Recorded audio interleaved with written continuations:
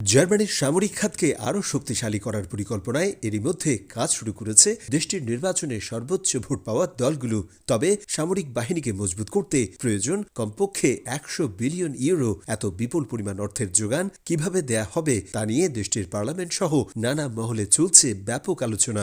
এজন্য সাংবিধানিক পরিবর্তন সহ ঋণ নেয়ার পরিকল্পনার বিষয়টিও নিশ্চিত করেন নির্বাচনে বিজয়ী দল সিডিইউ থেকে সম্ভাব্য চ্যান্সেলর পদপ্রার্থী ফ্রিডরিশ মেয়ার্জ। একই সঙ্গে যুদ্ধবিধ্বস্ত ইউক্রেনকেও অস্ত্র সরবরাহ করা সহ সার্বিক সহযোগিতা দেওয়ার বিষয়টিও পার্লামেন্টে তুলে ধরেন মেয়ার্জ। জার্মান প্রশাসন জানায়, নিজ দেশে তৈরি সমরাস্ত্র এবং অন্যান্য পণ্য রফতানির মাধ্যমে অর্জিত সার্বিক জিডিপির সূচকের 3% অর্থ শুধু যে জার্মানির সামরিক বাহিনীকেই শক্তিশালী করবে তা নয়, সেই অর্থে সংস্কার করা হবে সাইবার নিরাপত্তা, মোবাইল সার্জারি সেল, জননিরাপত্তা নিশ্চিতকরণ ও দুর্যোগ ব্যবস্থাপনা। এদিকে সামরিক খাতে বিপুল পরিমাণ অর্থের যোগান দেয়া হলে সামাজিক নানা উন্নয়নমূলক কার্যক্রম সহ শিক্ষা, গবেষণা ও অন্যান্য খাতের সার্বিক উন্নয়ন থেমে যেতে পারে বলে ধারণা করা হচ্ছে। পাশাপাশি সাধারণ মানুষের জীবনযাত্রার ব্যয় বেড়ে যাওয়ারও আশঙ্কা করছেন দেশটির সাধারণ মানুষ।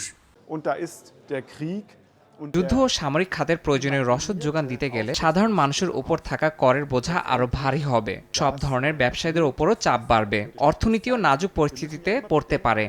এতে ক্ষতি হবে দেশের শিক্ষা ব্যবস্থা সহ নানা প্রয়োজনীয় ও গুরুত্বপূর্ণ কাজ। এদিকে মার্কিন প্রেসিডেন্ট হিসেবে দায়িত্ব নেয়ার পর পশ্চিমাদের সামরিক জোট ন্যাটোকে আরও শক্তিশালী করতে জার্মানিকে আরও দায়িত্বশীল ভূমিকা রাখার আহ্বান জানান ডোনাল্ড ট্রাম্প।